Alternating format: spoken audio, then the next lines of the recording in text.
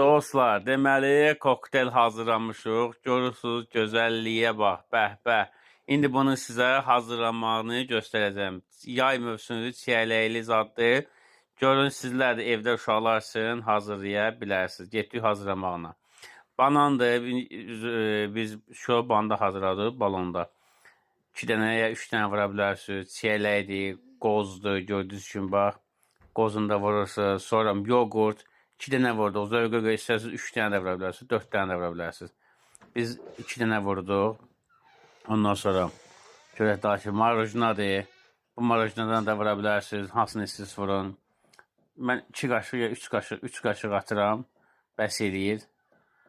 Bal. Bal 2 qaşıq atırsınız. Çox atmayın, çox şirin olur. 2 qaşıq bəsdir. Sonra süddür. Bu sütün hamısını töksürüb, onu bəs eləyir elə. Ondan sonra qarışdırın nuşicanla.